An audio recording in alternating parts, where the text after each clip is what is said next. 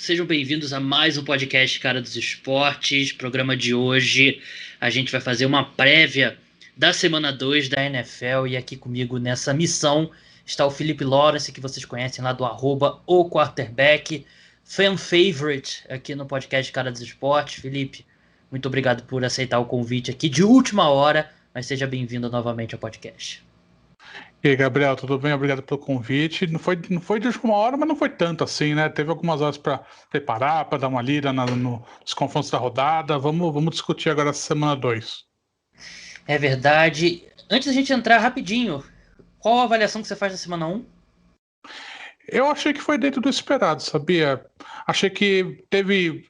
Os jogos não foram tecnicamente tão bons assim. Acho que você tem um gap um gap técnico do Chiefs e do Ravens pro resto, que é grande, isso ficou bem evidente na semana 1. Acho que teve muitos erros de comunicação, os times ainda se ajeitando, né? Porque como você não teve os jogos de pré-temporada, essa questão da comunicação ainda pega muito, né? Mas acho que Verdade. a partir dessa semana já vai começar a dar uma melhorada, os times já vão começar a se equalizar.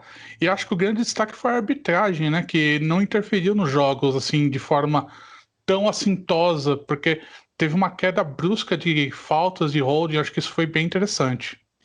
Eles pegaram bem mais, parece ser uma recomendação da NFL, o pass interference do ataque, né? A gente viu várias dessas marcadas que normalmente não seriam marcadas no passado, mas eu tô com você, eu achei que a arbitragem em geral não cometeu tantas gafes assim. Então a gente vai falar dos principais jogos um pouco mais, vamos passar por todas as partidas. No final do programa, na segunda parte do programa, eu vou me despedir do Felipe e vou receber meu amigo Vitor, que a gente vai fazer um balanço aí do jogo 7 entre Nuggets e Clippers e projetar as duas finais de conferência, falar um pouquinho também do jogo 1 entre Celtics e Heat. Lembrando que esse podcast é um oferecimento dos apoiadores do Cara dos Esportes. Se você curte meu trabalho, quer dar aquele suporte para manter o podcast no ar, o link está na descrição, tem plano a partir de R$ 10. Você tem benefícios também como podcast extra, newsletter exclusivo e outras coisas lá. Então, se você puder contribuir, quiser me ajudar a manter o podcast no ar, é só ir lá no link na descrição. Vamos entrar nos jogos logo. Vamos começar pelo Sunday Night Football, que promete bastante, que é uma revanche, se bem que se é que dá para dizer isso, do Super Bowl 49. No England Patriots vai viajar a Seattle para enfrentar o Seahawks. Os dois times venceram na semana 1, os dois times estão 1-0. Seahawks surpreendeu, time que passou muito mais a bola do que a gente esperava, foi um dos líderes na NFL em passes em primeiras e segundas descidas. E do outro lado, no England Patriots, totalmente diferente com o Cam Newton. Cam Newton correndo muito com a bola. Patriots marcaram 21 pontos. O Miami Dolphins também não ofereceu muita resistência no ataque, lançando 3 interceptações. Primeira pergunta que eu te faço, Felipe: qual a primeira impressão que você teve do ataque dos Patriots com o Cam Newton? Eu achei que foi uma mudança bem grande, né? O Josh McDaniels ele conseguiu fazer essa mudança no esquema ofensivo do Patriots que eu pensei que ele não ia fazer tão rápido assim. Eu pensei que a gente ainda ia ver uma certa cara do ataque do Patriots dos últimos anos, né, com Tom Brady, mas não.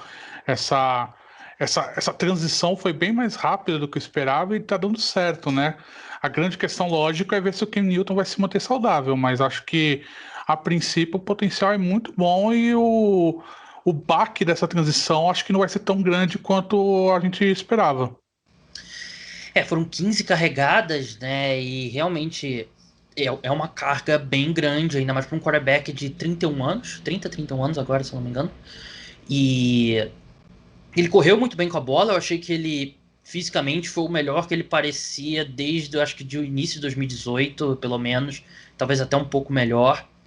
Eu só achei que o ataque dos Patriots teve muito dos mesmos problemas de 2019, né? O ataque aéreo bem limitado pela falta de qualidade dos wide receivers. O Edelman, em geral, ele acabou tendo um bom jogo no final, mas aí ele teve, por exemplo, um drop no primeiro tempo que não é característico dele. O N'Keal Harry teve mais um péssimo jogo e ele parece que vai ser mais um desses wide receivers aí que o Bill Belichick escolhe que não dão certo.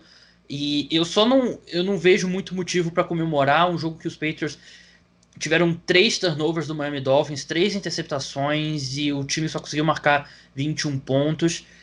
E muito por conta do Ken Newton correndo com a bola. Eu acho que ele acrescenta essa dimensão que foi a diferença nesse jogo e a diferença em relação ao ataque no ano passado.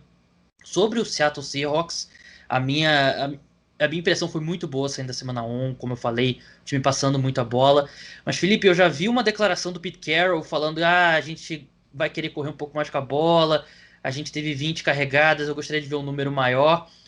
O quanto que você confia que o Pete Carroll vai realmente seguir ali o que os torcedores do Seahawks vêm implorando nas redes sociais para aquele Let Russ Cook? Então, porque na semana 1 a gente viu o que acontece quando você tira a coleira do Russell Wilson, né? O time vai bem e foi muito bem contra o Falcons. Acho que a grande questão agora nessa semana 2, acho que realmente o time vai correr mais com a bola porque você não vai querer arriscar tanto contra a secundária do Patriots, né? E é uma secundária muito forte. Então acho que a declaração do Pete Carroll acho que vai meio de encontro a isso, que ele já tá pensando nesse confronto específico contra o Patriots, não vai lançar tanto a bola assim para evitar um número de turnovers, para evitar alguma coisa, até porque o corpo de wide receivers do Seahawks é muito deep, né? Fica muito no fundo, o Tyler Lockett e o DK Metcalf. Então acho que você dá muita vazão para as coisas darem errado se você lançar tanto a bola que nem o Seahawks fez na semana 1. Então acho que a gente vai ver um ataque mais conservador, mas também não muito. Acho que essa mudança, esse clique que deu no ataque do Seahawks é um negócio mais permanente. Não acho que vai voltar aos mesmos erros e pecados que o time que vinha cometendo nas últimas 2 temporadas. Eu concordo. Eu acho que esse jogo é bem mais com a cara dos tight ends, né, do que com necessariamente pro DK Metcalf e pro Tyler Lockett, né? Como você falou, a secundária dos Patriots é fantástica, continua fantástica, jogou muito bem contra o Miami Dolphins e o Bob Wagner jogou muito bem contra o Atlanta Falcons e isso é bem importante pensando em parar o jogo terrestre com o Cam Newton e o Jamal Adams teve uma partida fantástica e ele fica muito próximo à linha de scrimmage. Havia preocupação se o Seahawks ia colocar ele como safety tradicional ali no fundo de campo ou se ia usar a versatilidade dele, que era algo que a defesa do Seahawks é bem aquela coisa de ela não vence muito por esquema, ela vence pela execução, né? Ela não inventa muito, mas usou o que o Jamal Adams faz de melhor e eu acho que a gente vai ver o Jamal Adams perto da linha de scrimmage ali, ajudando a parar o Cam Newton. E eu acho que a diferença de talento nesse ataque, dos dois ataques, é muito grande.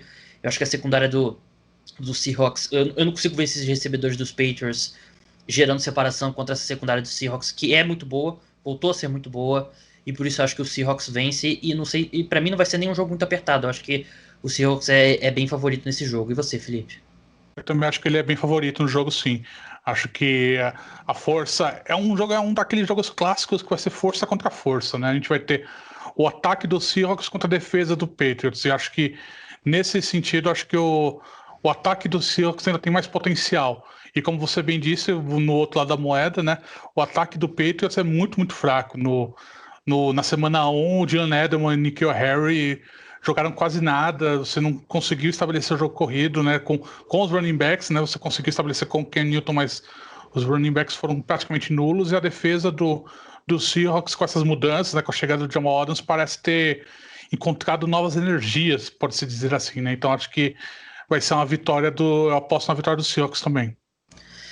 Vamos seguir agora para um dos jogos das 17 horas, né? 17h25. Baltimore Ravens vai viajar ao Houston, Texas. Aliás, o pessoal que faz o calendário lá ajudou o Texans, né? Começou com Chiefs e depois Ravens.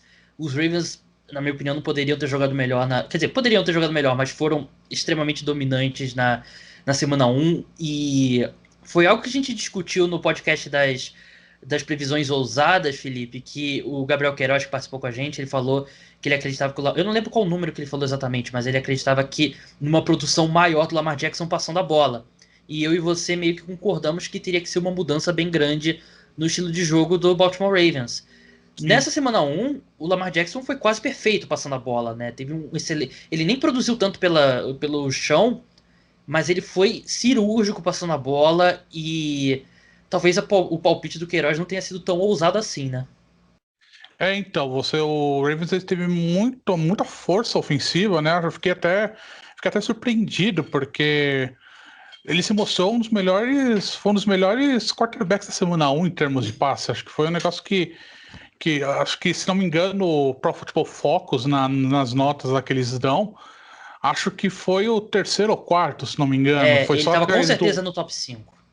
Ele foi terceiro ou quarto. Acho que foi terceiro, só atrás do Aaron Rodgers e do Russell Wilson. Tenho quase certeza que é isso. Então, assim, foi um desempenho ofensivo dele aéreo muito forte. Um negócio que eu realmente não esperava do Ravens começar tanto logo assim, logo na semana um o Lamar Jackson já ir tão bem assim. Então, acho que me surpreendeu. Acho que realmente a previsão pode ter sido não tão ousada. A gente pode ter sido um pouco conservador, né, Gabriel? Acho que a gente vai. Acho que a história vai acabar lembrando da gente dessa forma nesse palpite que é realmente o Lamar Jackson. E ele é um cara que. Ele teve o ano do Heisman dele lá em Louisville. E no ano seguinte. Eu não sei se os números, como foram os números, mas dava pra ver uma evolução. Ele teve uma estreia difícil na NFL como calouro. Ele deu um salto muito grande. Todo o ano dele jogando em alto nível, ele, ele evoluiu, né? E a gente viu sinais de evolução já nessa semana 1. Claro que não dá para tirar nenhuma conclusão definitiva depois da semana 1, mas ele é um cara que mostra essa evolução e acho que o céu é o limite mesmo pro Lamar Jackson. Enquanto o Houston Texans, de novo, não vamos tirar conclusões da semana 1, mas eles tiveram problemas contra os Chiefs e muitos problemas estruturais, né? Muitos problemas de filosofia do Bill O'Brien e eu queria ver o copo meio cheio ali com o corpo de wide receivers. Ah, se o Will Fuller ficar saudável, o Randall Cobb jogar o que pode, o Kenny Stills, o Kiki Guti, dá para ser um corpo de wide receiver, dá para fazer o Deshaun Watson se livrar mais rápido da bola, não tendo um alvo tão destacado como é o DeAndre Hopkins. Mas a sensação contra o Kansas City Chiefs foi que estava todo mundo jogando num papel acima do que poderia. E a secundária dos Chiefs foi bem naquele jogo, mas não é nada de outro mundo. E a dos Ravens teve uma atuação fantástica contra os Browns, não deu nenhuma separação. E se eles não conseguiram contra a secundária dos Chiefs, eu não vejo como esse corpo de wide receivers vai conseguir se desmarcar dessa incrível secundária dos Ravens. O grande problema para mim do ataque do Texas na semana 1 foi que parecia que não tinha nada coordenado. Era cada jogador tentando fazer uma coisa. E isso trouxe problemas muito fortes, porque você teve o David Johnson, que jogou relativamente bem, para mim foi É.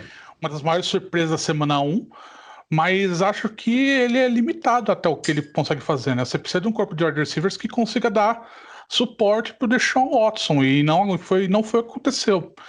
Me pareceu um ataque muito desorganizado, não tava assim, não parecia ter um entrosamento.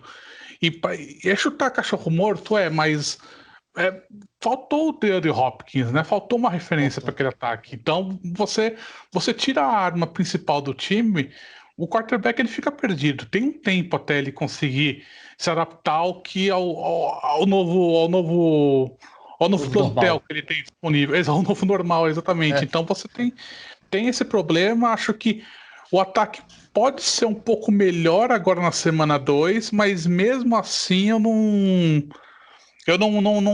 vejo. Assim, tem que ter uma evolução muito forte para você ter um jogo competitivo contra o Ravens. É aquilo que você falou no começo. Acho que Chiefs e Ravens são bem destacados dos demais, né? E o Houston Texans vai pegar os dois na semana 1 e 2. Vai precisar do Deshaun Watson sendo super-herói, né? Que parece que Exato. a maior parte dos jogos que os Texans vencem é por causa disso, né? Não tem. E eu tentei ser otimista com o Houston Texans, né? Falando que o Bill O'Brien não é um treinador tão ruim quanto ele é GM e tal. Mas fica Eu apostei, difícil. eu Oi? apostei nesse para ganhar a divisão. Eu apostei no Texans para ganhar a divisão. Eu também, mas aí fica difícil quando você tá enfrentando um time tão poderoso quanto os Chiefs e você tá chutando punch no meio do campo, em quarta para 2, em quarta para Exato. 5. Você tem que maximizar todas as suas oportunidades, né? Você tem que. É aquele famoso, você tem que cair atirando, né? Contra um time desse nível. E eu fiquei bem preocupado com o Houston Texans e acho que a divisão talvez não seja tão forte assim. Eu ainda confio no meu palpite, Também. mas tem problemas aí pra alcançar esse título de divisão. Palpite não tem como não ser Ravens, né, Felipe? Não, não tem como ser o Ravens, porque. Não ser o Ravens. Não ser o Ravens, exatamente. Porque É. a única chance do Texans levar esse jogo é se virar um certo tiroteio. Se começar.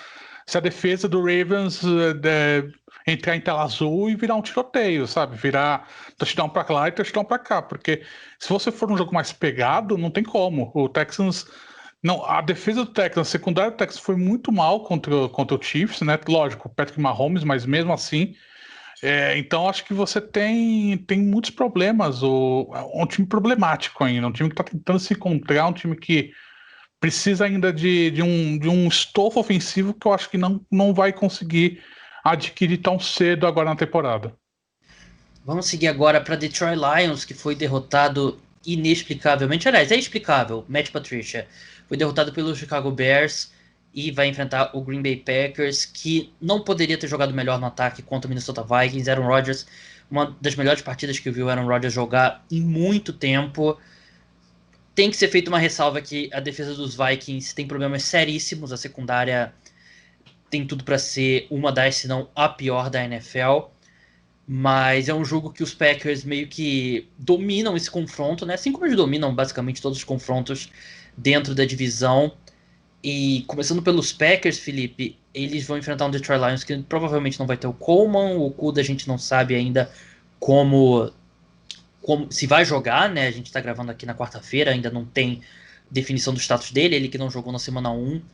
Você acha que o Aaron Rodgers tem capacidade, quer dizer, capacidade ele tem, mas você acha que ele vai conseguir se aproveitar dos buracos nessa secundária com essas lesões, como ele conseguiu contra o Minnesota Vikings? Olha, o Rodgers na semana 1, como você bem disse, foi uma performance de quarterback dele que há muito tempo não se via, né? Acho que ele ficou realmente sentido com a escolha do Jordan Love, né, no draft. Então acho que ele tá numa missão de causa e destruição, né? Então um negócio que acho que ele não quer deixar pedra sobre pedra. E essa secundária do Lions tá tão baleada, né? Tantas lesões que eu não vejo como eles vão segurar o Aaron Rodgers, sinceramente. Acho que vai ser um estouro esse jogo. Acho que não vai ter muito o que o Lions fazer. É, eu, é, eu acho que o desempenho ofensivo dos Vikings foi bem superestimado pelo garbage time, né? Basicamente do terceiro, Então. metade do terceiro quarto e diante. Acho que a defesa dos Packers, enquanto o jogo estava próximo, jogou muito bem. E vai dar muito trabalho pro Detroit Lions, né? Que espera ter o retorno do Kenny Golladay. Eu acho que ele não tá em campo na semana 1 fez uma diferença bem grande. E eu acredito que é um pouco do que você falou do Ravens e Texans. E o Lions, para vencer esse jogo, vai precisar ser um shootout. Só que a defesa dos Packers é muito boa para deixar o Detroit Lions marcar, sei lá, 35 pontos, 38 pontos. Então eu vejo o Packers como favorito e concordo com o que você falou. Aaron Rodgers foi fantástico e com problemas dos Vikings ou não, eu acho que a atuação dele foi muito boa. E nem teve uma grande atuação assim do Lazard e do Valdes-Scantling, né? Que isso que eu acho que é o mais Exato. impressionante, que eles acho que os dois tiveram touchdowns, mas também tiveram drops e erros mentais ali. Então, esse corpo de wide receivers ainda pode jogar melhor do que jogou. O Davante Adams, fantástico como sempre, mas se o MVS ou o Lazard emergirem como um wide receiver 2 de verdade, pode dar uma dimensão que esse ataque dos Packers não teve em 2019. Então, exatamente isso. E é a grande questão. Eu não peguei muito o jogo do Bears contra o Lions ao vivo, eu assisti a reprise no Game Pass. E o que me assustou foi com o Mitch Trubisky. O Mitch Trubisky conseguiu ir bem contra a defesa do Lions. 3 passes para E touchdown no assim, último quarto. então, isso me assustou muito, porque significa que temos problemas sérios aqui. E você não está enfrentando o Mitch Trubisky, está enfrentando o Aaron Rodgers. Então acho que é exatamente o que você disse. O Lazard e o Valdes Scantling não apareceram na semana 1 e agora tem chance de aparecer. Então é um confronto que é exatamente isso, é exatamente o que você falou. Se não for um shootout, vai ser difícil pro Lions, cara. E o Packers vai abrir 2-0 na NFC North, que já é uma vantagem enorme na divisão logo nesse início de temporada. Ainda mais em 2 confrontos de divisão, né? Já abre ali no critério de desempate. O meu palpite também é Packers. Eu acho que o Lions. O Lions no ano passado, eles também começaram com um jogo super estranho contra os Cardinals, que foi um empate. Então, eu dou o benefício da dúvida. Eu ainda não vou pular o barco do meu palpite que eles vão vencer a divisão. Mas a lesão do Coleman e o Okuda não tá disponível, pode ser que ele esteja na semana 2. Eles perderam o Darius Slay na off-season, né? Quer dizer, trocaram, se não me engano, o Darius Slay pros Eagles. Então, Sim, acho que eles têm problemas e meu palpite é Packers mesmo. Seu palpite também é Packers, né? eu pedi Packers. Vamos passar agora para Rams e Eagles. Los Angeles Rams, que não sei se dá pra chamar que. Dá pra dizer que surpreendeu, porque era Sunday Night Football jogando em casa, mas era um adversário difícil. Eles venceram o Dallas Cowboys. Eu até acho que algumas ressalvas. As lesões na linha ofensiva, né? Os Cowboys estavam com o terceiro right tackle ali em determinado momento da partida e Sim. perderam o tight end também. Eu acho que isso influencia bastante. O que você achou daquela chamada de interferência no final do jogo? Porque eu vi muita gente reclamando. Eu achei que não foi. Eu não marcaria. Eu acho que foi um toque muito.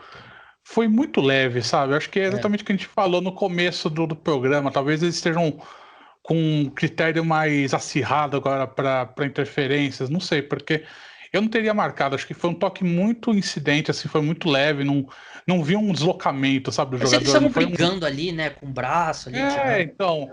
E não foi uma coisa muito assintosa, sabe? Eu acho que interferência pra mim, sei lá, o cara tem que arrancar a cabeça do outro pra marcar interferência. Acho que tem que ter muita calma nisso, porque você não dá pra.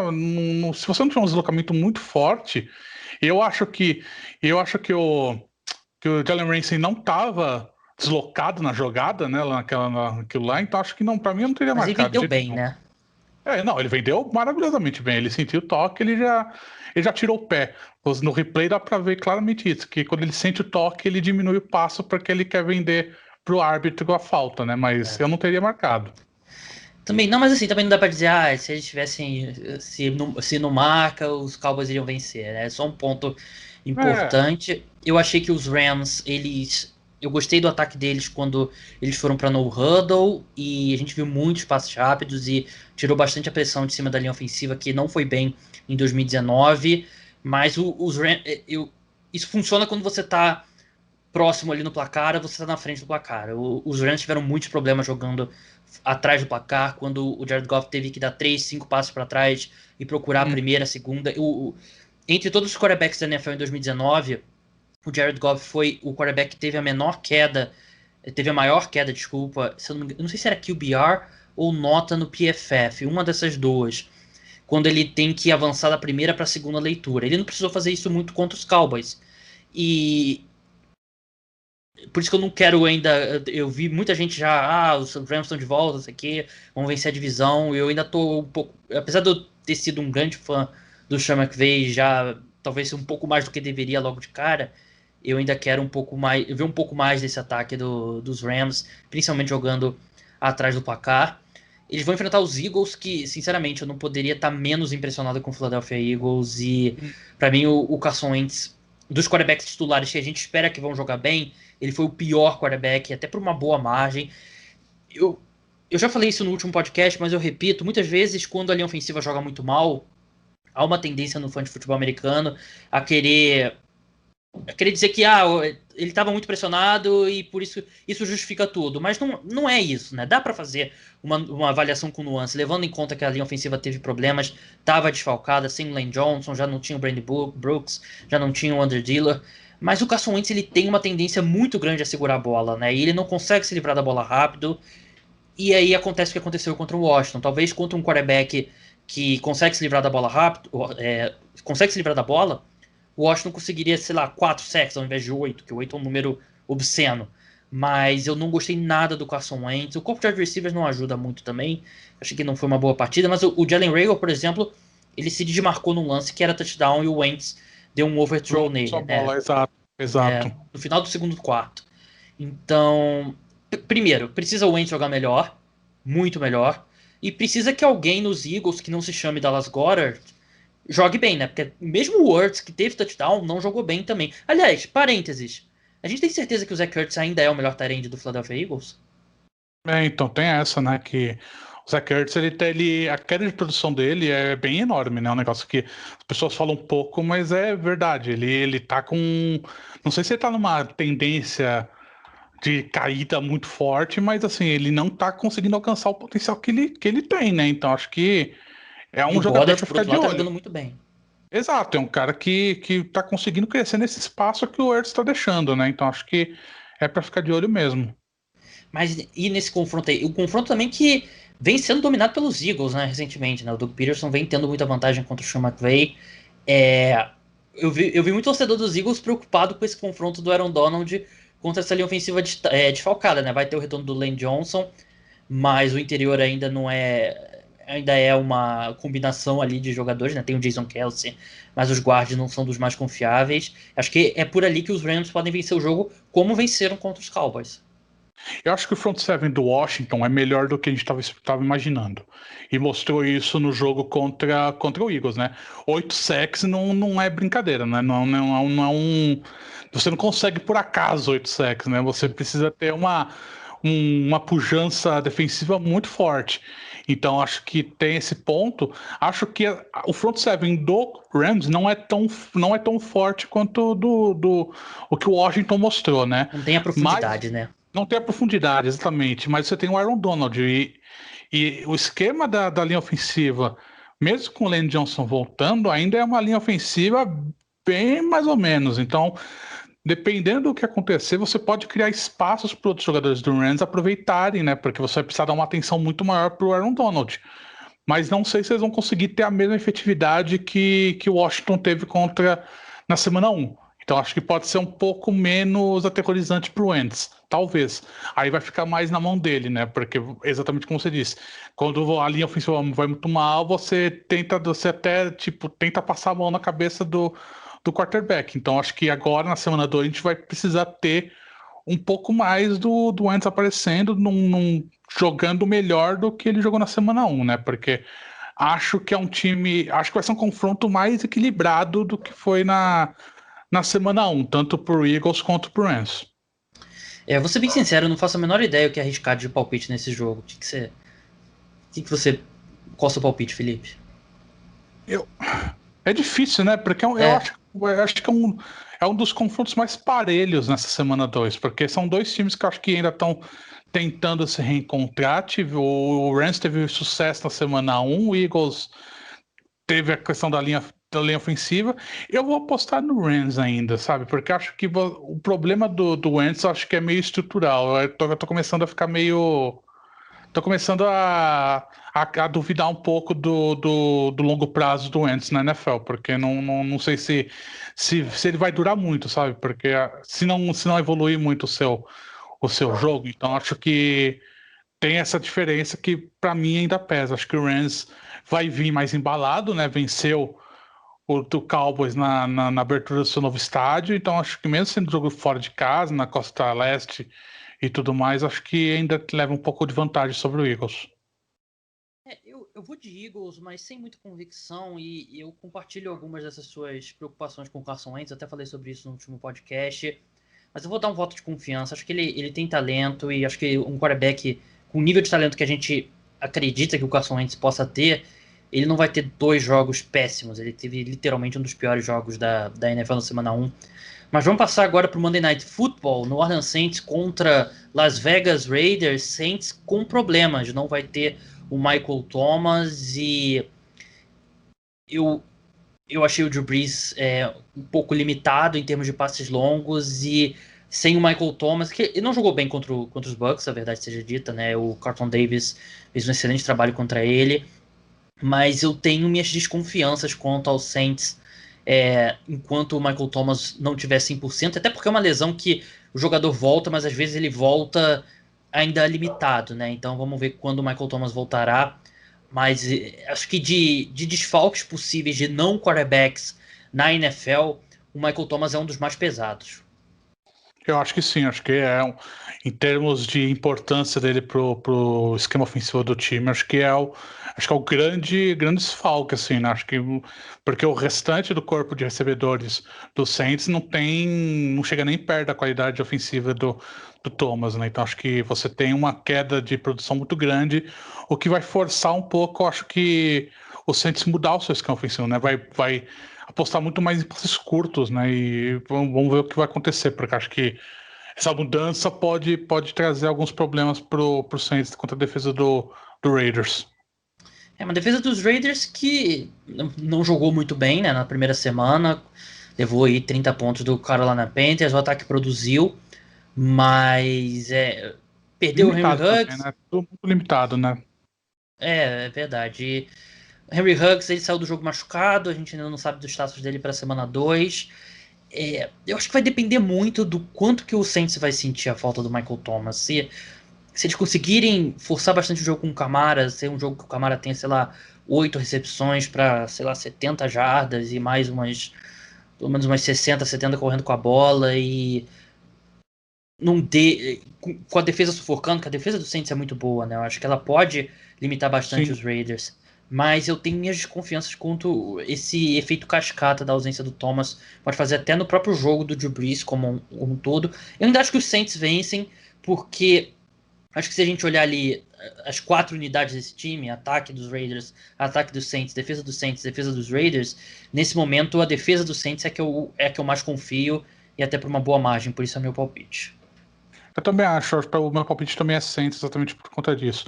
Acho que você pode ter um efeito meio moral da abertura do novo estádio do Raiders, pode pegar um pouco nisso, talvez, não sei, um negócio mais É. mental do que propriamente de campo, né? Do que propriamente do campo, mas acho que a defesa do Saints é a que acho que é o fio da balança aqui, né? Porque você tem o Cameron Jordan, que jogou muito bem na semana 1, um time que mostrou muita pressão em cima do Tom Brady na semana 1 e vai enfrentar um quarterback que é menos talentoso, tem menos opções ofensivas no Derek Carr, então acho que a vantagem é pro Saints mesmo. Minha aposta é no Saints também.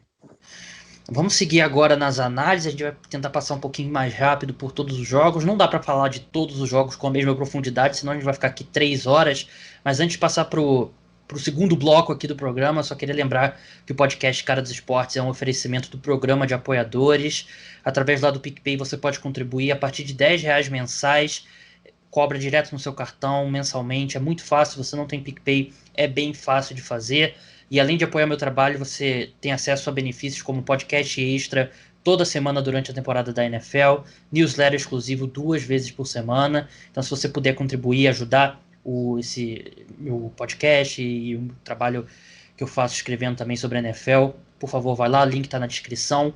Vamos passar agora. Vamos começar pelos jogos das 14 que faltam ainda, depois vamos passar para os 2 jogos das 17 que a gente ainda não falou. Vamos começar sobre Falcons e Dallas Cowboys. Dallas Cowboys a gente falou um pouco, acho que não precisa repetir muito. O Cowboys teve problemas na linha ofensiva.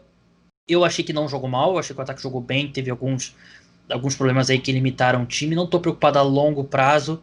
E vai enfrentar uma defesa nos Falcons que foi dissecada pelo Russell Wilson. Não que o Dak Prescott tenha a mesma capacidade de dissecar essa defesa, né? Mas não é uma boa defesa.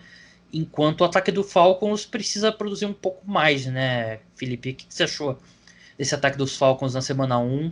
E do Todd Gurley também, né? Que era um grande ponto que o pessoal estava curioso. Acho que o ataque do Falcons teve muitos problemas, né, na semana 1. Acho que não foi muito. Eu ainda esperava um pouco mais, ainda mais porque você não teve tantas mudanças de esquema, né? Você manteve o coordenador ofensivo, você trouxe algumas peças novas. Eu achei que esperava um pouco mais. Acho que você precisar ter um pouco de evolução do ataque, acho que pode ajudar que a defesa do Cowboys está sofrendo com algumas lesões, né? Então, e acho que é uma defesa mais fraca do que eles enfrentaram na semana 1, né? Então, acho que você tem essa diferença que para mim é bem gritante. Então, acho que o ataque pode ter um pouco de evolução no contra o Cowboys agora no domingo. Verdade, né? Não vai ter o Jamal Adams do outro lado que aterrorizou esse ataque dos Falcons. Vamos passar agora para Giants e Bears. Felipe, você como o único torcedor dos Giants nesse Ah, podcast aqui, ah. Por favor, fale desse jogo. Você, o único torcedor aqui nesse podcast nesse momento é o Felipe, então vou deixar ele ser clubista aqui, porque eu não tenho time, eu sou NFL Futebol Clube. Eu acho que a linha ofensiva do Giants vai ter que mostrar uma evolução muito maior do que teve na semana 1 contra os Steelers para você ter alguma chance contra o Chicago Bears, né? Porque acho que isso que vai ser a grande questão. Se a linha ofensiva tiver um desempenho pífio que teve na semana 1, vai ser problemático. Mesmo você estar enfrentando o Mitch Trubisky do outro lado, acho que o ataque do Giants precisa mostrar um pouco mais, precisa ter um pouco mais um pouco mais, principalmente a questão do Saquon Barkley, né, que ele não jogou nada na semana 1, uma questão muito estranha, porque toda jogada de corrida do Giants, o Steelers estava no backfield, e é um negócio que eu nunca vi na NFL, eu fiquei impressionado, porque não sei se deu algum erro, se roubaram o playbook, se deu alguma coisa, porque uma coisa que eu percebi durante o jogo é que o Giants, toda vez que o Daniel Jones alinhava ali under center, informação I, com o Barkley atrás dele, eu só lembro de uma vez que o Giants passou a bola dessa formação, que foi o touchdown pro Darius Slayton. Todas as outras foram corridas. Eu achei que eles deixaram bem claras as tendências deles ali, ainda somando ao fato da linha ofensiva dos Giants ter sido tenebrosa bloqueando pro jogo terrestre. Eu acho que explica um pouco dessa impressão que você teve. Não sei se você teve a mesma impressão assistindo também. Eu tive essa mesma impressão também. Acho que você, assim, lógico, a defesa do Bears não é. Acho que a defesa dos Steelers ela é muito melhor do que a do Bears, mas a do Bears você tem alguns talentos individuais, que nem o Khalil Mack e o Akiem Hicks, que podem trazer problemas para a linha ofensiva dos Giants caso eles não melhorem um pouco o seu desempenho, né? Acho que essa vai ser a grande questão do jogo, mas eu aposto em vitória do Giants, viu? Acho que eu não vou tão longe assim. Eu acho que o Mitch Trubisky é muito mais o quarterback dos 3 primeiros quartos do que o do último quarto. Apesar da defesa dos Giants também não vai conseguir impor muitas dificuldades a ele, assim como a defesa dos Lions não conseguiu. Não sei. Eu sei que é o meu podcast e que eu não gosto de ficar em cima do muro, mas eu vou ficar em cima do muro. Vamos passar agora para Jacksonville Jaguars e Tennessee Titans, os dois times que venceram nas suas estreias na AFC Sul. O Jacksonville Jaguars é um grande candidato a gente olhar para trás e falar: pô, lembra quando o Jaguars venceu na semana 1 e todo mundo ficou animado? Eu acho que é bem o caso desse time dos Jaguars. O Titans, que o Gostkowski fez tudo possível e impossível para entregar o jogo e não conseguiu, acabou que relutantemente ganhou o jogo com o chute dele. E achei que você tocou num ponto bem importante no Twitter, Felipe. O cara foi cortado por menos que isso, hein? Foi cortado menos por isso. O que pesou um pouco, acho que foi aquele field goal final, né, que ele acertou. Mas mesmo assim, acho que não sei se não foi um field goal salvador, eu acho. Acho que você tem muita da história também do Gostkowski, do Patriots, né, do Mike Vrabel, que também é jogador histórico do Patriots. Então acho que você tem um pouco disso, né? Acho que no fim das contas pesa nessa situação, nessa relação. Então acho que por isso que ele vai continuar, mas foi um desempenho assim que eu nunca vi parecido no Titans, assim, os kickers irem tão mal, precisa adicional de periculosidade para jogar como kicker no Titans, porque a situação lá é complicada, cara, não para um negócio impressionante. Impressionante mesmo. E do lado dos Jaguars, né, o ataque foi muito eficiente, jogou muito bem. Eu gostei muito do que o Gardner Minshew fez. Ele era um cara que arriscava muito na primeira temporada dele na NFL, e nesse primeiro jogo, pelo menos, ele foi um pouco mais conservador e arriscou alguns passes longos quando necessário. Completou 19 de 20 passes. Eu achei que foi uma ótima atuação dele, mas dito isso, acho que o Tennessee Titans é o time melhor. Acho que teve todos esses problemas com o kicker e estrear na altitude de Denver não é fácil. Acho que o Titans. Eu não quero pular o barco ainda do Houston Texans, mas eu acho que é possível que o Titans seja o melhor time dessa divisão e por isso acho que é superior ao Jaguars e vai vencer esse jogo. Qual é o seu palpite, Felipe? Acho que o Titans vai precisar mostrar uma evolução da semana 1, porque acho que foi um time que você precisa ainda botar mais a bola na mão do Derrick Henry, né? Porque É o ataque do Titans é o Derrick Henry. Eu sei que você não gosta de running backs, mas É o ataque do impressionante, Titans. todo mundo que participa aqui do programa fala alguma coisa de running back e faz essa ressalva. Não, Gabriel, eu sei que você não gosta de running back. Pode falar de running back no podcast, gente. Não se sinta aí reprimido. Mas eu até peguei os stats aqui no último jogo entre Titans e Jaguars. O Derrick Henry teve 159 jardas em Teve 19 aquele TD corridas. longo, né? Exato, e 2 touchdowns. Então, acho que você vai precisar depender muito do Derrick Henry nessa semana 2. Acho que o time vai precisar ter uma evolução. Não sei se o Gardner Minshew vai conseguir repetir a atuação que ele teve na semana 1, e é como você disse no começo aqui desse bloco, né? Pode ser que o Jaguars seja o time que a gente vire e relembre como, pô, conseguiu aquela vitória impressionante na semana 1 e depois desmontou todo. Não acho que. Eu ainda não confio tanto assim no Jaguars para apostar neles na vitória aqui. Vamos ver o que vai acontecer. Vamos passar agora para Vikings e Colts e duas das maiores decepções aí da semana 1.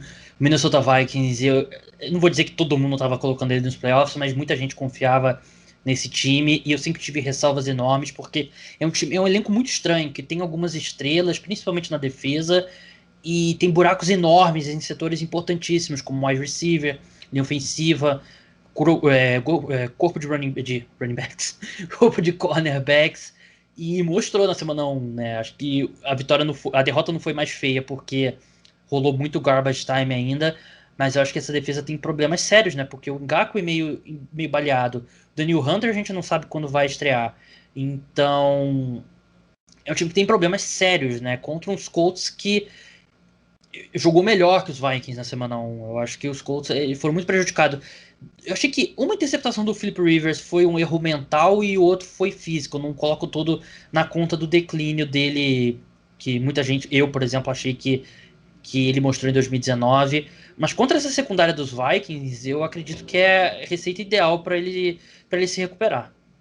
Eu não confio muito. Acho que o Felipe Rivers ele é meio amaldiçoado, cara. É um negócio que é meio inexplicável na NFL, sabe? Um cara que joga assim, você sabe que ele tem potencial, mas nunca consegue chegar lá, sabe? E na semana 1 isso ficou bem claro.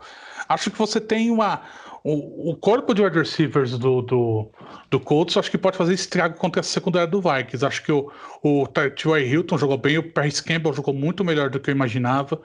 A questão também vai ser o jogo corrido, porque agora você não tem mais o Marlon Mack, né? Você vai depender do Jonathan Taylor, que é novato, que é um cara que jogou extremamente bem em Wisconsin, mas é um daqueles tipos de running back que chega na NFL já com uma rodagem meio alta, podemos dizer assim, né? Um cara que era muito utilizado, era para central do ataque de Wisconsin, então chega na NFL já com uma rodagem meio alta para você ter uma durabilidade do jogador, né? Então acho que você tem esse problema. E são dois times que vão querer mostrar que o que aconteceu na semana 1 foi um erro, né? Foi um ponto fora da curva, porque você tem algumas expectativas em ambos os times e os dois decepcionaram, né? Então acho que vai ser um jogo meio. É só semana 2, mas já é um jogo meio dos desesperados. Vamos passar agora para Buffalo Bills e Miami Dolphins. Buffalo Bills que jogou e dominou mais o New York Jets do que o placar sugere. Eu acho que tirou bastante o pé do acelerador. O Josh Allen sofreu 2 fumbles, teve uma interceptação dropada, mas terminou com bons números, ótimos números. Acho que no geral foi uma atuação positiva, mas ele correu mais com a bola do que ele vinha correndo em 2019 e mostrou que ele tem problemas sérios de proteger a bola. Eu acho que os Bills fizeram um ótimo trabalho montando ao redor dele, mas tem essa preocupação. Vai enfrentar uma defesa muito melhor do Miami Dolphins, que eu achei que jogou bem contra o New England Patriots, mas eu acho que o Buffalo Bills é favorito nesse jogo, Felipe. Acho que o Bills é favorito e acho que o Bills vai tentar replicar muito o que o Newton fez na semana 1, de correr muito com apostar em corridas, apostar em assim, jogadas com quarterback mais criativas, e acho que isso pode ser um problema pro Dolphins. Será que a gente vê o Tua? Porque Fitzpatrick, o Brian Flores teve que falar na entrevista coletiva que o Ryan Fitzpatrick é o titular para a semana 2, o que nunca é um bom sinal para o titular, né? Eu acho que a gente não vai ver o Tua ainda por algum tempo. Acho que o Miami Dolphins vai tomar muito cuidado com ele, até por conta da questão da lesão no quadril, para adaptação na NFL. Acho que você tem um histórico, né, de quarterbacks não dando certo no Dolphins sendo escolhidos no primeiro round, então acho que você vai ter uma certa cautela do Brian Flores dessa vez.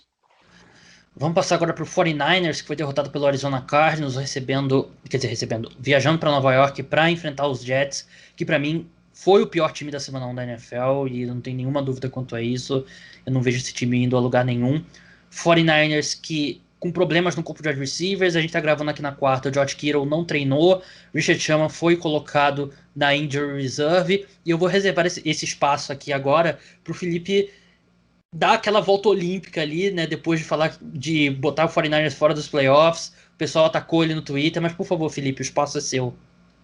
Não, eu acho que o 49ers é um time problemático. Eu falei isso na semana no podcast de palpites ousados, né? Mas acho que agora na semana 2 é o jogo para eles conseguirem se encontrar, né? É o jogo perfeito para eles. Como você bem disse, o Jets é o pior time da NFL. E acho que mesmo com os desfalques que o 49ers tem, acho que é o grande favorito para mim. Acho que é o jogo para o time tentar se encontrar.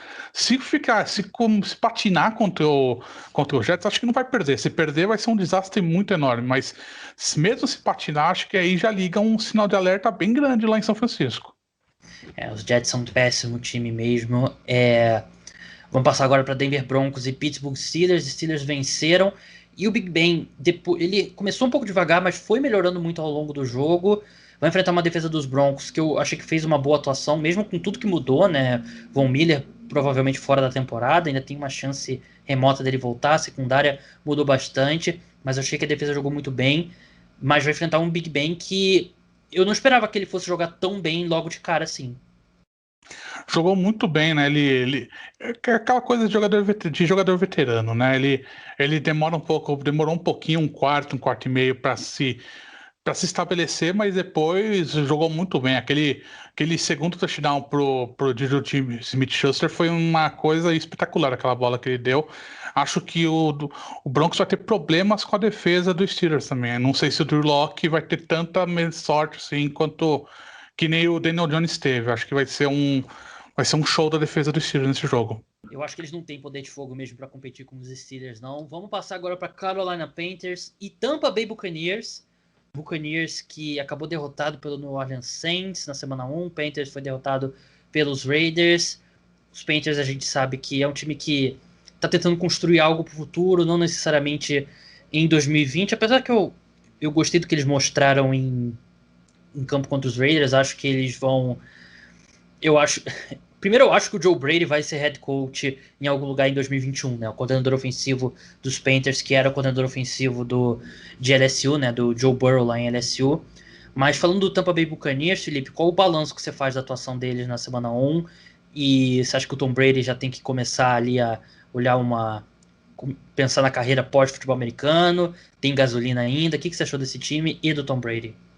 Eu acho que é normal. Acho que não importa se o cara é o melhor de todos os tempos. Você colocou ele num outro cenário, com novos jogadores, um novo esquema ofensivo, você vai ter uma adaptação. Acho que ele não jogou tão mal assim. Acho que vai ser um negócio gradual. Você vai se adaptando. Acho que no médio prazo, o ataque ofensivo que o Bruce Arians monta é favorável para o Tom Brady atualmente. Acho que você vai ter essa evolução semana a semana, e acho que o Panthers é um adversário legal para eles conseguirem entrar nos eixos, assim como o Jets é um adversário legal para o 49ers se recuperar. Acho que pro Buccaneers o Panthers é um adversário para o ataque meio que fechar as arestas, né? A grande questão é o Chris Godwin, que entrou no protocolo de concussão e talvez não jogue, né? Verdade, acho que é. E o Mike Evans já não tá 100%, né? Ele jogou meio que no sacrifício na semana 1, então alguns problemas aí de começo pro Tampa Bay Buccaneers. Vamos passar agora para os jogos das 17 horas, horário de Brasília. O Washington vai enfrentar os Cardinals, que eu acho que a diferença nesse jogo, o Cardinals venceu aquele jogo porque tem o DeAndre Hopkins, eles perderiam essa partida no ano passado. O Hopkins foi fenomenal e torna mais inexplicável ainda a decisão dos Texans.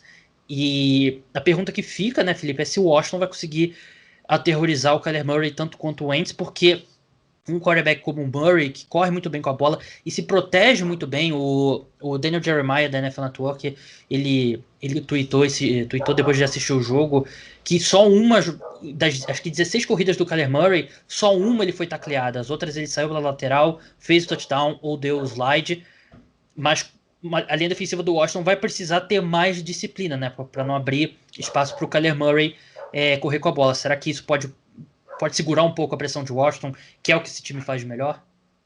Eu acho que a defesa do Washington vai ter mais problemas contra o Kyler Murray, né? Porque é um quarterback muito mais móvel do que o Carson Wentz.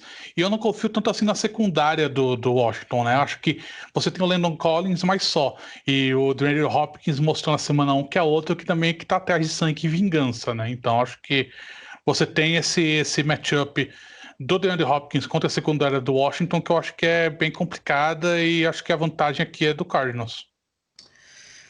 Concordo, apesar de eu achar que eles não jogaram tão bem assim contra o 49ers. Eu acho que o 49ers teve chance de virar o jogo, teve um passe péssimo do Jimmy Garoppolo ali quando eles estavam tentando marchar ali para virar a partida. Eu acho que é um jogo equilibrado, mas eu acho que os Cardinals vencem por ter mais poder de fogo. O Kyler Murray é o jogador bem superior ao do Dwayne Haskins. Às 5h25 a gente vai ter Kansas City Chiefs e Los Angeles Chargers, e sinceramente eu não sei o que a gente pode falar que não seja que o Chiefs vai trucidar o Chargers. Eu acho que a defesa do Chargers é boa. Eu gosto da defesa do Chargers. Mas o ataque do Chiefs é muito melhor. E esse é o problema. Porque a gente vai ver o Chiefs, eu acho que vai moer essa defesa principalmente a secundária, né, do Chargers, mesmo a defesa sendo boa. Acho que você vai ter certo algum. Eu acho que o Mahomes ele vai ser meio atrapalhado, assim, podemos dizer, né, principalmente na linha, mas acho que não tem como, cara. Acho que o Chiefs é um time muito, muito forte. O ataque do Chargers, eu ainda não boto fé no Tyler Taylor. Acho que o Justin Herbert, se entrar, ele vai entrar em algum momento.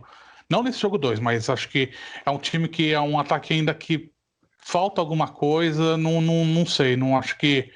Acho que essa semana 2 está muito favorável para o Chiefs. Por mais que a defesa dos Chargers faça um bom trabalho contra o ataque dos Chiefs, e de vez em quando acontece, né? São rivais de divisão, né? Esses times se conhecem bem. Mas eu não consigo ver um universo que, se os Chiefs jogarem 50% do que podem no ataque, limitados pela defesa, ainda assim eu não consigo ver esse ataque dos Chargers marcando ponto suficiente para conseguir, pelo menos, deixar esse jogo próximo. Então, Chiefs vencem. Vamos encerrar agora com Thursday Night Football. Importante, se você está escutando esse podcast na sexta-feira, significa que esse jogo já aconteceu. Então vai ter o timecode na descrição para você pular para a segunda parte do programa, que é a análise sobre NBA, sobre, como eu falei, sobre Miami Heat e Celtics, sobre a vitória do Denver Nuggets para cima do Clippers. Vai ter o timecode lá se você quiser avançar para essa parte, porque se você está escutando sexta-feira, você vai escutar o preview de um jogo que já aconteceu.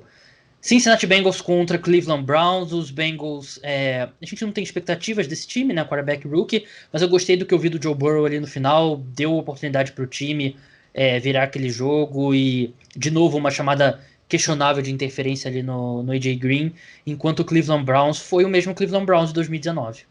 O Cleveland Browns é um negócio impressionante, né? Porque quando você acha que ele vai para frente, o time dá 2 passos para trás. E acho que é isso. Acho que agora você já vai começar a ter um questionamento mais sério sobre o Baker Mayfield, porque não tem muita desculpa. O Kevin Stefanski é uma boa mente ofensiva, é um cara que foi contratado porque é um cara que, em tese, levaria, né, o jogo do Baker Mayfield. E não é o que está acontecendo, né? Não é o que aconteceu na semana 1, pelo menos, né? E já começou todos aqueles rumores que o Odell vai ser trocado. Então, assim, volta o circo para a cidade de Cleveland, né? Então, você tem esse problema, enquanto que o Bengals, e é exatamente o que você falou, o Joe Burrow no primeiro jogo contra o Chargers enfrentou uma defesa boa, né? E conseguiu ir relativamente bem. Não foi uma atuação ruim. Então, acho que você tá num time do Bengals que, opa, a gente acha que pode ter alguma coisa aqui também em ascensão. E acho que o Joe Burrow vai evoluir semana a semana, porque eu gosto muito dele, acho que vai ser um dos quarterbacks dessa década da NFL. Enquanto que o Browns você já tem os questionamentos aparecendo, né? Então acho que é um jogo que pode ser um divisor de águas pro Browns. Eu acho que o Odell Beckham é um problema sério, e eu sempre fui fã do Odell Beckham. Eu fiquei desolado quando ele foi trocado. Mas ano após ano, após ano, após ano, tem sempre uma coisinha com o Odell Beckham. E ele fez uma partida horrorosa contra o Baltimore É Ravens, isso. né? É inacreditável um cara do talento que a gente acha que ele tem, ele não conseguir produzir nada. E concordo com Não o que você tem, disse. Ele não tem química nenhuma com o Baker Mayfield. É impressionante isso. É impressionante. Não tem a sensação de que daqui a, sei lá, uma temporada mais ou menos, o Odell vai ser trocado e vai começar a sair um monte de notícia falando como os dois se odiavam?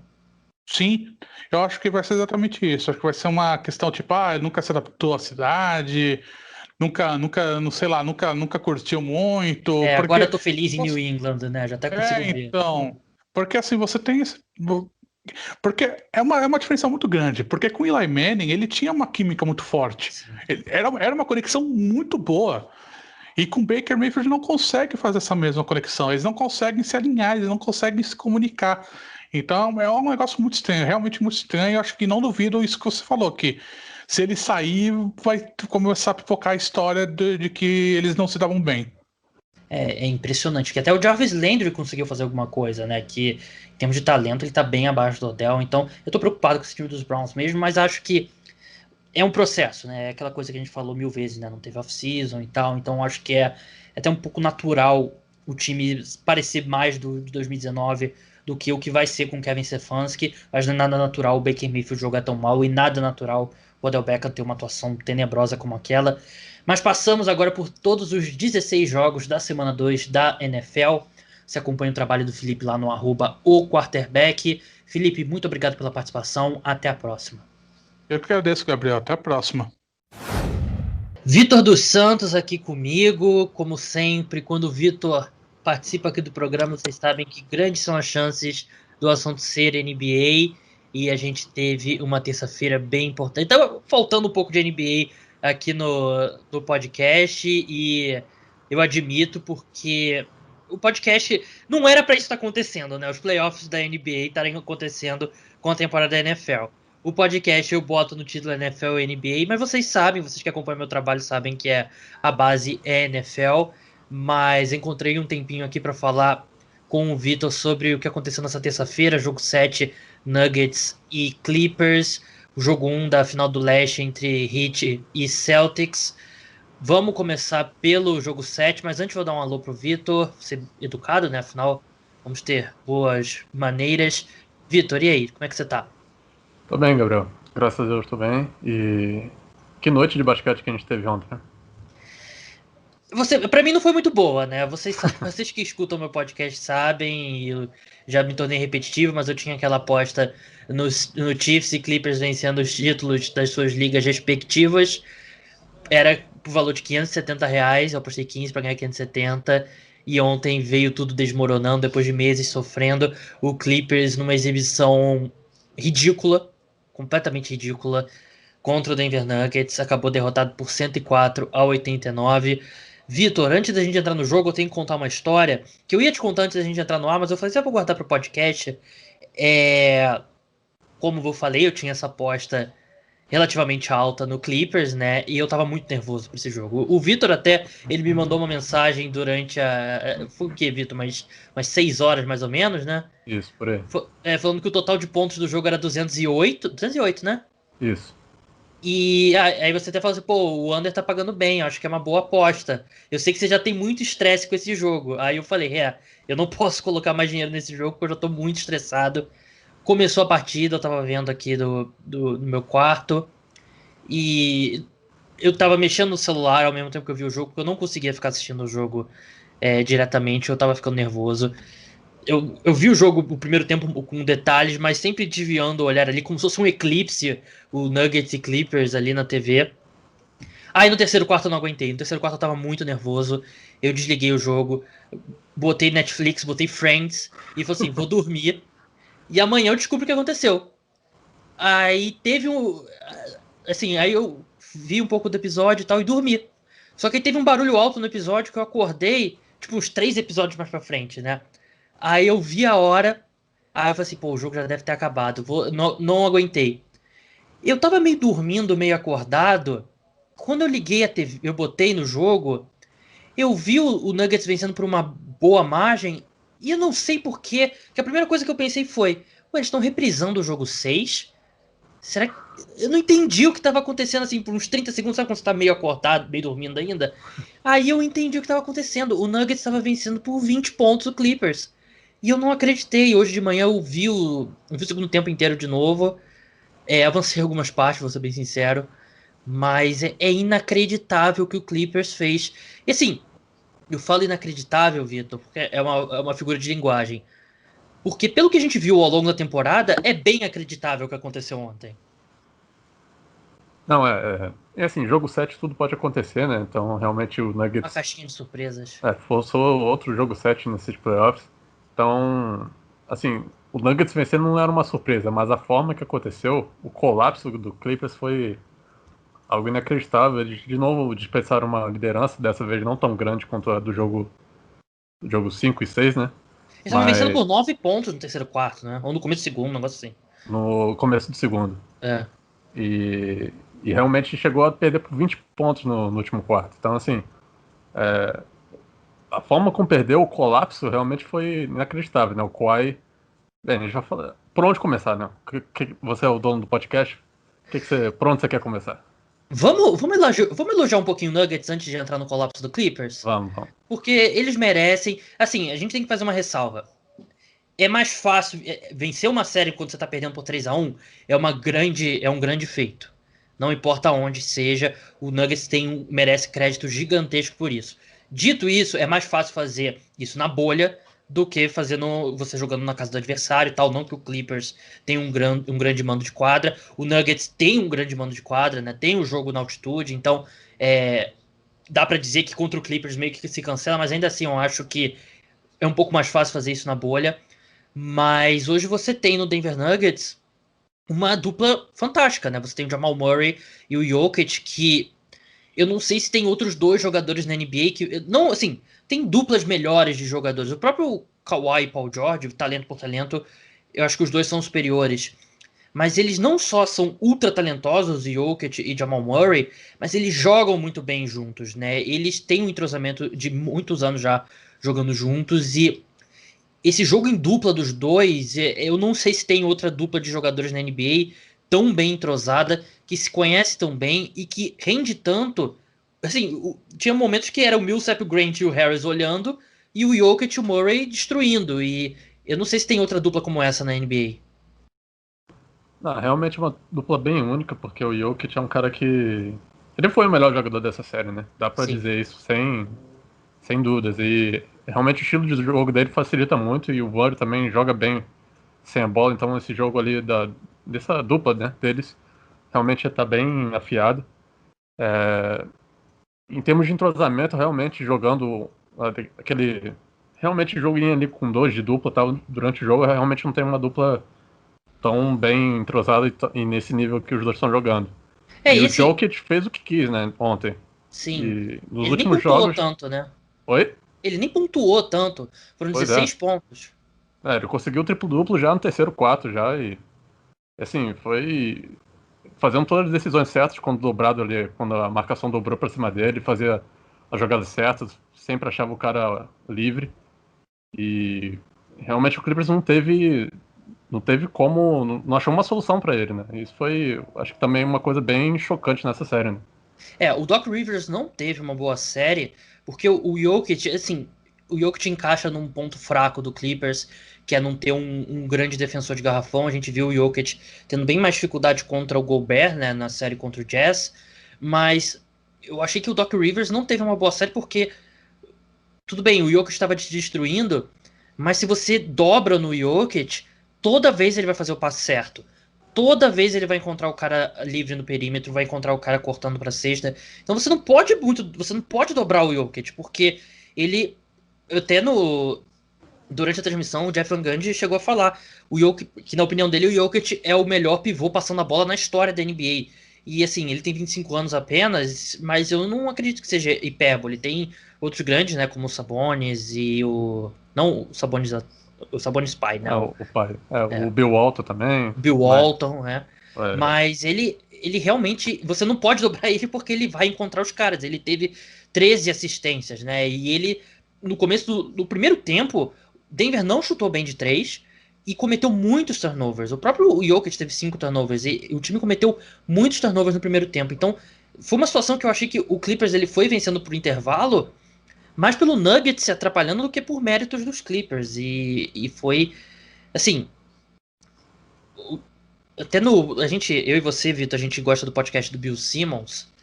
E eu tava escutando o pós-jogo dele com o Ryan Russillo hoje de manhã.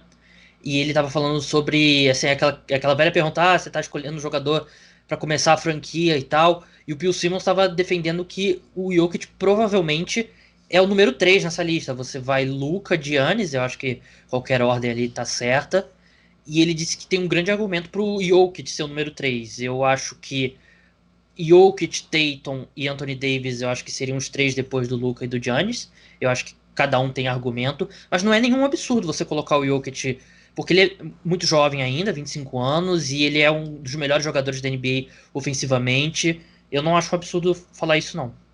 Não, não é. E, assim, além do fator idade, que é importante nesse tipo de conversa, o Jokic é um cara que, se você colocar, por exemplo, nessa série contra o Clippers, né? Teve um momento que ele deixou a primeira, digamos assim, papel de dono do time pro Jamal Murray. E Sim, ele é um cara que pode fazer isso muito bem, sabe? Ele consegue conviver sendo a segunda opção.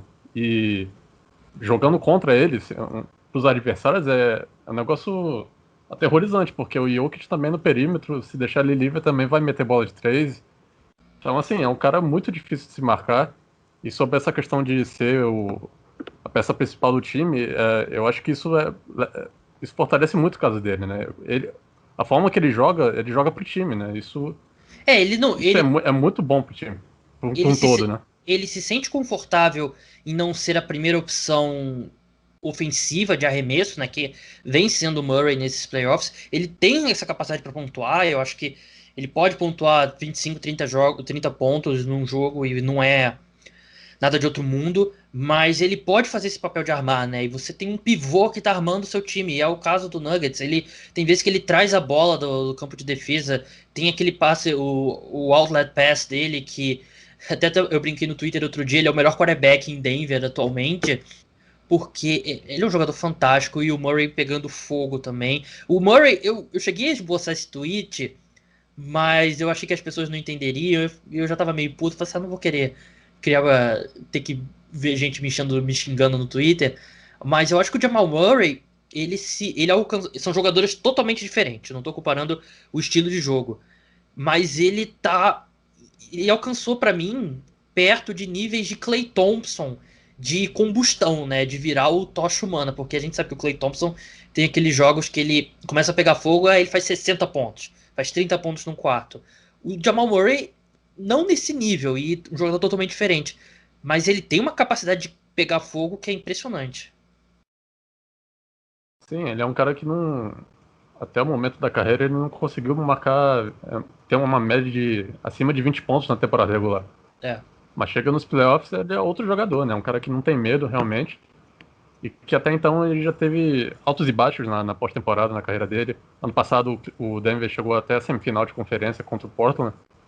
Ele teve ótimos jogos, mas também o jogo 7 também foi bem fraco. Então, assim, é um cara que ele aparece muito, né? Porque ele é um dos principais caras do Denver ofensivamente. Ele realmente tem que aparecer.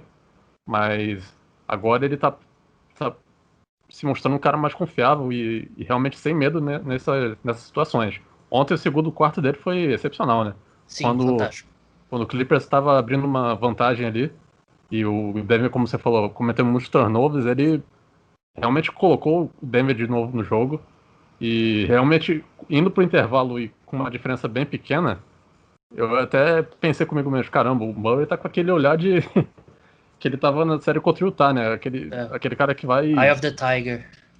Pois é, e realmente no terceiro e último quarto ele já tava fazendo aqueles arremessos difíceis, aquele arremesso que ninguém deve fazer, mas já tava acertando. Então, assim, quando ele pega fogo é difícil parar. Então, Ele é um realmente jogador, foi uma atuação incrível. jogador fantástico. E para encerrar o Denver Nuggets, projetando o confronto contra o Lakers, acho que o Lakers franco favorito, mas é porque no jogo de ontem, por exemplo, teve pouco do Michael Porter Jr., que eu acho que o Michael Porter Jr., se ele conseguir desenvolver, ele não ele melhorou ao longo dos playoffs, né? Porque ele começou assim abismal na defesa, né? Um buraco negro na defesa, níveis Trae Young, ele conseguiu se encontrar quando ele saiu do time titular, ele começou a vir do banco, ele se encontrou um pouco mais, jogou só 15 minutos ontem, mas era de se esperar, né? Basicamente um rookie. Mas se ele consegue se desenvolver e se tornar pelo menos um defensor mediano, ele pode ser um cara para jogar, assim, aquele jogar off do Jokic e do Murray. Pode ser um time de verdade para os próximos anos competindo. Já tá competindo, né? Mas pode ser um contender por vários e vários anos. E a minha preocupação contra o Lakers, Vitor, não sei se você compartilha.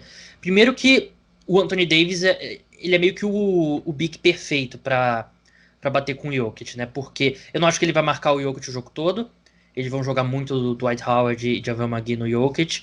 Mas nos momentos decisivos, o Anthony Davis deve ser o cara, porque o Anthony Davis tem perna para seguir o Jokic no perímetro, tem velocidade, ele tem um wingspan, né? Uma envergadura gigantesca. Então eu acho que ele pode. Ninguém para o Jokic, né? Mas ele pode fazer um trabalho bem interessante contra o Jokic. E a gente viu no jogo de ontem, o time teve 2, 4, 6, 9 cestas de 3, 11 cestas de 3 de Morris, do Craig, do Millsap, do Jeremy Grant e do Gary Harris. Que não é um negócio que dá pra confiar todo o jogo, né? Por mais que eu ainda acho que o elenco de apoio do Nuggets é melhor que o do Lakers, mas eu acho que o talento no topo o que o Anthony Davis pode fazer contra o Jokic, o fato do Nuggets, acho que não vai ter muita resposta pro LeBron, e essa instabilidade de caras como Harry, Grant, o próprio Millsap, do Craig e tal, eu acho que faz o Lakers ser franco favorito na final do Oeste. Eu também acho que é favorito. Claro que assim, o Denver veio de 2 séries virando 3-1, né? Então realmente eu não vou apostar contra eles, mas realmente o Lakers acho que é um time mais capaz de anular um pouco o Denver, pelo menos acelerar eles no ataque. E também realmente tem esse problema que você falou, né? O resto ali do grupo de apoio do Denver Nuggets ainda tem que provar um pouco, né? O Gary Harris, desde que voltou, ele tem contribuído, mas contra o Lakers. Foi o único jogo bom acho que dele eles foi vão esse jogo precisar agora, mais né? dele. Pois é, mas eu acho que defensivamente ele também teve bons jogos ali no Sim, quinto e sim. sexto. Mas realmente ontem ele apareceu bem. O Jeremy Grant realmente fez uma boa partida ontem, mas também a gente ainda tem dúvida se é um cara que vai aparecer numa final de conferência e em outros jogos decisivos. Então, assim, eu leve favoritismo pro Lakers. Não acho que é franco favorito, mas realmente eles são favoritos contra o Denver. Mas, assim, o Jokic, cara, o que a gente viu ontem, o que a gente tem visto também, né, desde a temporada passada também, que ele foi muito bem nos playoffs, ele é um cara que vai aparecer, né? Ele não vai fugir do jogo e realmente ele vai ser um problema a cada partida. Então, eu não me surpreenderia se ele ganhasse o duelo contra o Anthony Davis, por exemplo. Não tem confronto que ele vai ser anulado. Eu só acho que o Anthony Davis pode fazer ele trabalhar bastante. E o Lakers não tem muita resposta para o Jamal Murray, né? Vai ser ali uma combinação de Caruso, Rondo e KCP. Mas, assim, eu acho que se o Nuggets vencer vai ser porque o Jamal Murray teve uma série histórica. Mais uma vez, como ele vem tendo, né? Ele vem tendo os playoffs fantásticos. Vamos falar do Clippers agora? Uau. Eu tenho que, assim, como vocês sabem, da aposta e tal. Eu não venho falando muito negativo do Clippers, até um pouco de repente, para me convencer, para me confortar. Mas eu odiei cada segundo desse time do Los Angeles Clippers desde que a temporada voltou. Eu detesto eu não detesto a franquia Los Angeles Clippers, mas eu detesto a formação desse time. O Marcus Morris é o jogador que eu acho que é o atleta de esporte americano que eu menos gosto na NBA atualmente. Ele é um imbecil, ele acha que aquele negócio da macheza, né, de querer bater no Luka empurrar o Millsap quando o time tá vencendo, sabendo que se o jogo viral tem o Kawhi lá pra garantir ele. Mas isso é muito fácil, fazer esse tipo de palhaçada, esse tipo de imbecilidade é fácil. Mas quando o jogo 7 chega, ele tava se cagando. 7 pontos, 1 de 6 da linha de 3. Ele é um. Sim, eu detesto o Marcus Morris. Não suporto o Patrick Beverley. O Paul George, eu não quero mais ouvir um pio do Paul George até ele ter uma boa série. Eu peguei aqui tem uns números do Paul George que eu ia separar antes do programa, mas eu esqueci. Ele teve o último jogo, o jogo de eliminação dele, teve aquele jogo contra o Damian Lillard, que o Damian Lillard fez aquela cesta nele, que até foi um bom jogo dele. Os outros três, um com Thunder, foram dois, um com Thunder e o resto com Indiana Pacers, não apareceu em quadra e ele fez um péssimo playoff. Esse time o tempo todo de uma arrogância incrível, mas o único cara que fez alguma coisa naquele time é o Kawhi. Tem um monte de cara aqui que nunca fez nada na carreira e a gente ficava esperando e eles não mudavam a chave. Eles achavam que tinha uma chave para mudar, mas é um time que totalmente sem entrosamento, né? Totalmente não, mas entrosamento de uma temporada só. E é um time que nunca se tornou elite defensivamente como a gente esperava que seria. Eles tinham um monte de cara que a gente conhece no banco, mas ninguém jogando bem. O Lou Williams fez aquela palhaçada lá de sair do isolamento e ir lá no strip club. Foi o Williams ou foi o Beverly? Foi o Lou Williams, né? O Lou Williams. Fez aquela palhaçada. E aí você, tem Reggie Jackson, Michael Green, tal, Shemet, Lou Williams e tal, todos péssimos. O Harrell péssimo defensivamente. E eu não suporto esse time. O Doc Rivers, mais uma vez, um time dele cai de forma inexplicável. Eu acho que ele é um bom treinador, mas já tem um histórico aí que pesa contra ele. Eu não suporto esse time do Clippers. Eu fico feliz que eu acho. Eu sofri porque eu tinha esse dinheiro apostado neles, mas eles mereciam perder mesmo, porque eu acho que. Vocês podem até me acusar um pouco de exagero, mas é um time totalmente sem alma, que foi colocado ali junto por capricho basicamente do Kawhi, que o time vendeu tudo possível e impossível pelo Paul George, que não apareceu nos playoffs. E eu acho que esse time ser derrotado, enquanto você vê times como o Heat e como o Celtics no leste, que foram construídos, foram draftados, trouxeram uma ou outra peça, e o time que tem dois excelentes treinadores, que jogam bem coletivamente, eu acho que aquilo é muito mais positivo. Eu acho que pro basquete e pra NBA, o fracasso do Clippers foi positivo. Eu acho que o basquete ganha sem um time tão insosso como eles, possivelmente vencendo o título. Realmente foi um colapso histórico aí, e você falou que o basquete vence, mas também a zoeira também vence, né? Porque o Clippers se tornou o time mais arrogante durante a temporada. É um time que começou a temporada meio que forçando uma identidade dura, né? De dureza, de um time cascudo e tal. Mas durante a temporada essa dureza realmente só ficou no papo, né? Porque o Morris é exatamente o que você falou, é um cara que veio até para realmente agregar o time com essa dureza, realmente, para ser o cara que vai se meter em briga, mas beleza, você pode ser esse cara aí, mas quando a coisa apertar e precisar de você, você tem que aparecer. Você não precisa, você não vai correr no jogo 7 que nem ele fez ontem. Então realmente foi ridículo. O Pat Beverly sempre vai ser um cara que vai depender dos outros. Ele foi o meio que coração e alma lá em Houston, daquele time, e também estava sendo esse ano, mas não dá pra esperar dele. Aliás, eu gostei muito do tweet do McCollum, né? Você viu isso? Ele falando. Eu vi que ele e o Lillard. O McCollum tweetou, não dá pra. Não foi culpa do Beverly, pô. Ele conseguiu a média dele de. A média de pontos, então assim, ele fez tudo o que pôde. Realmente foi a melhor cutucada possível. E. Assim, não tem desculpa, né, cara? O Kawhi, ele tentou ontem, mas não conseguiu. E eu também aqui não vou criar desculpa pra ele, se ele tava cansado não, machucado não. Ele tentou, mas não conseguiu. E o resto do time desapareceu, cara. Todo mundo ficou com medo. E o Paul George, cara, já não dá mais pra gente ficar. É nível James Harden com o Paul George? Não. Quer dizer. O James Harden é mais jogador que ele, né? Acho que carrega muito mais do que o Paul George já carregou, sabe? Sim. O Paul George nunca foi a cara da equipe que nem o James Harden é lá em Houston. Uhum. E o que eu ia dizer é que, assim, não dá mais pra gente ficar decepcionado com essa atuação do Paul George, porque é isso que ele é. É o Paul George, É isso. Plenamente. Ele aparece em jogo 5 ali e tal, mas chega jogo 6, jogo 7, ele desaparece. Aquela pedrada ali do lado do backboard foi... Ridículo. Foi algo surreal. E... Assim... Sobre o Kawhi, rapidinho, Vitor, sobre o Kawhi, que eu te mandei hoje aquele gráfico, eu te mandei no WhatsApp, de ponto, aquele gráfico que o eixo vertical é pontos defensivos salvados e pontos ofensivos acrescentados. E aí você tem uma bolha, e todos os jogadores do Clippers basicamente estão ali numa bolha perto do zero dos dois, eles ali para menos e para mais, tanto ofensivamente quanto defensivamente, e o Kawhi lá em cima sozinho no lado do quadrante direito, né, que ele é o cara que mais salvou pontos na defesa e cara que mais adicionou pontos ofensivamente.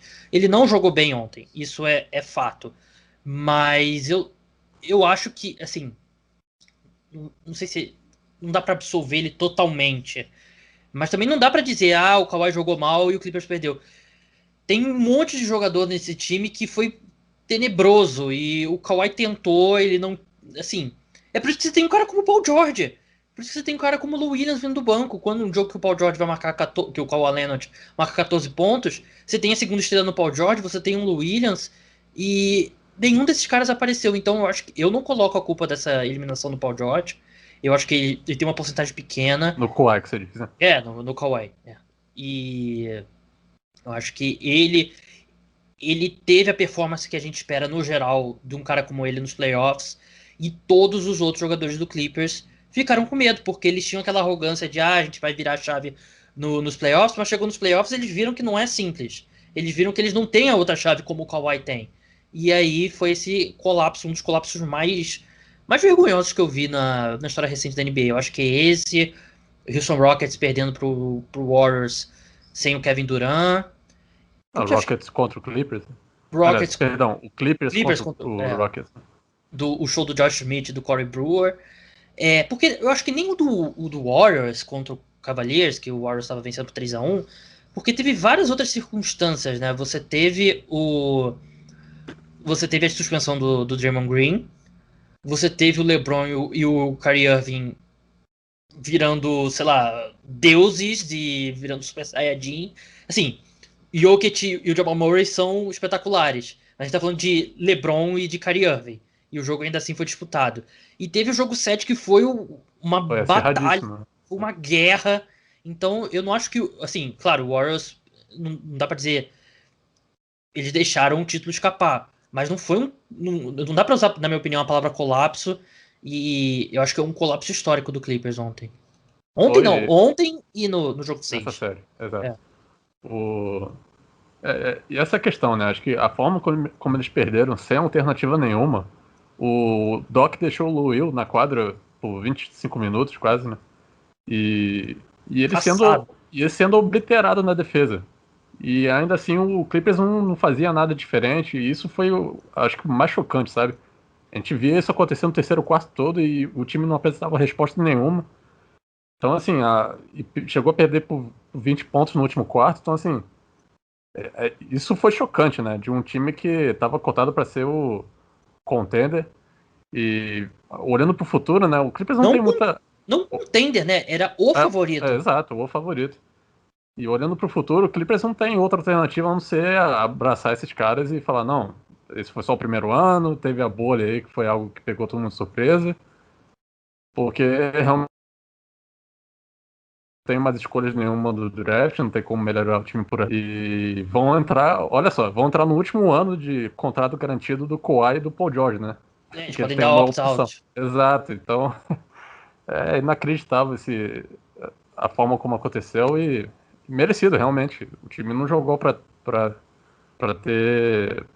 chegar nas finais de conferência. Realmente foi um colapso enorme. E não sei, você imagina uma mudança drástica aí? O time, sei lá, tentar trocar o Paul George, não sei. Não, eu acho que eles vão dar o running back, né? Eles vão voltar com o time, porque não tem nenhuma coisa que eles possam fazer que possa melhorar o time substancialmente. Eu acho que dá pra. Eles precisam encontrar um pivô, e eu acho que dá pra encontrar um pivô aí. De repente o Harrell é o cara. Se bem que o Harrell agora ele tá no. Você estaria vendendo ele em baixa, né? Mas se você conseguir um pivô mais confiável para esse tipo de matchup, né? Não que você precise de um pivô 5 tradicional todo jogo na NBA, mas contra um matchup como esse, contra o Nuggets, contra o Lakers e contra times que tem um pivô de verdade, você precisa desse cara, e o Harrell não é, e o Zubat ele tá evoluindo, mas também não é. Mas para encerrar, o Clippers adquiriu o Paul George e mandou para o Oklahoma City Thunder o SGA, né, o Shai Gilgeous-Alexander, Danilo Gallinari, uma escolha não protegida do Heat de 2021, uma escolha do Clippers não protegida de 2022, uma escolha do Heat de 2023, primeira rodada protegida para loteria, um pick swap, né, o jeito de trocar as escolhas em 2023, a escolha não protegida do Clippers de 2024, um pick swap, de novo, o direito de trocar a escolha de primeira rodada em 2025 e uma escolha não protegida do Clippers de 2026, que tem potencial para ser uma das piores trocas da história. A gente tem que fazer a ressalva, porque o Kawhi falou pro Clippers, eu assino com vocês se vocês conseguirem o Paul George. Então o Clippers não estava trocando pelo Paul George, ele estava trocando pelo Paul George e pelo Kawhi. Mas eles não têm nada, eles não têm nenhum asset para fazer troca, não tem escolhas eles precisam dar uma sacudida nesse elenco. Eu acho que caras como Reggie Jackson, Jamichael Green e O Green, coitado, ele até que teve uma boa partida no primeiro tempo ontem, né? Mas eu acho que tem que mexer nesse.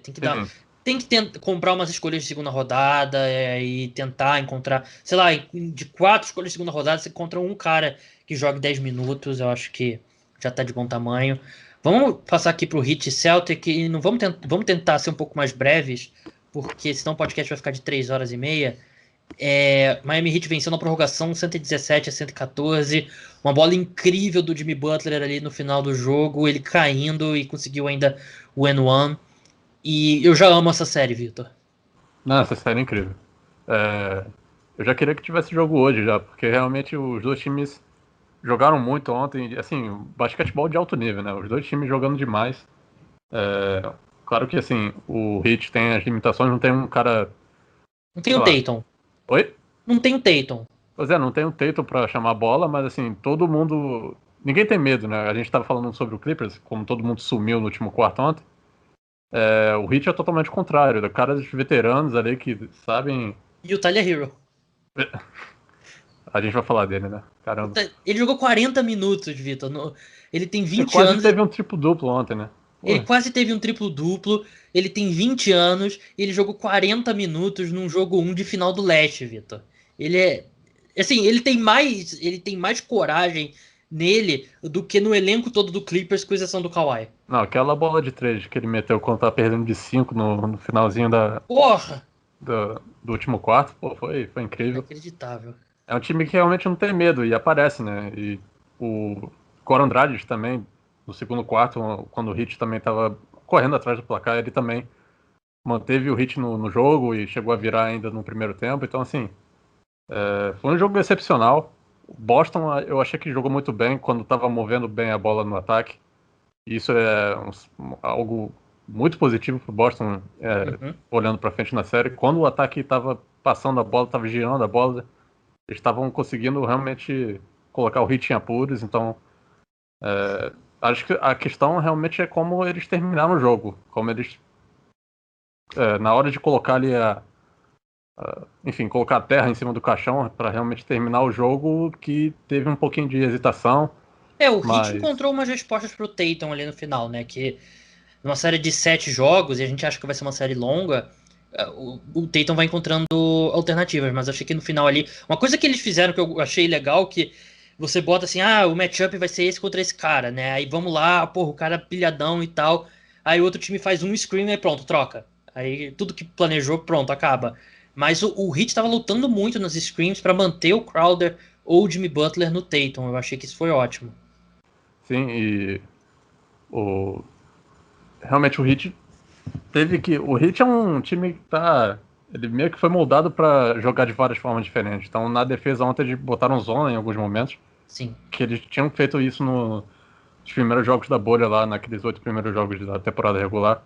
Eles enfrentaram o Celtics e também tiveram sucesso com essa zona. Então, assim, foi um jogo muito bem jogado. E, assim, o Heat ainda teve um problema com o Duncan Robinson, que entrou muito cedo em problema de faltas. Por isso que o Tyler Hero entrou e jogou muito. Então, realmente foi um jogaço. Caramba, e o bloco do Ben? Isso que eu ia falar. Eu acho que é a melhor jogada defensiva da NBA desde o toco do LeBron no Iguodala. Foi incrível. E Assim, eu pra não quem não sei como que ele assistiu, não quebrou a mão, cara. pra quem não assistiu o jogo, foi na prorrogação. O Heat tava ganhando por 2, né? Eram por 2, né? Sim. O Tatum, ele passou pelo defensor dele, foi pra dar uma Jimmy baita enterrada no. Era quem que era o Butler? Era o Butler. Ele passou pelo Butler, ele ia dar uma enterrada fantástica e o Ben surgiu lá, colocou a mão dele dobrou toda assim em direção ao aro, mas foi um toco limpíssimo e o Heat venceu o jogo por causa daquela jogada que acho que a gente vai lembrar como uma das grandes jogadas defensivas da história dos playoffs. Não, foi assim, de clutch, né? É. Se precisa de uma jogada defensiva, aquilo ali foi Uma prorrogação do jogo na final do leste. foi incrível, realmente, o que o Ben fez. Ele foi um cara que ontem teve problemas no primeiro tempo. O Boston começou a partida realmente marcando muito bem o perímetro e tal, e o Heat não estava conseguindo nenhum bom arremesso de 3.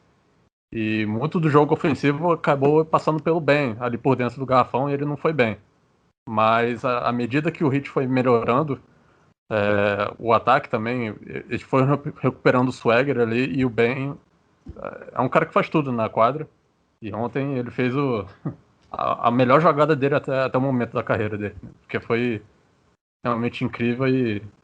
Cara, eu quero muito ver o jogo 2 já.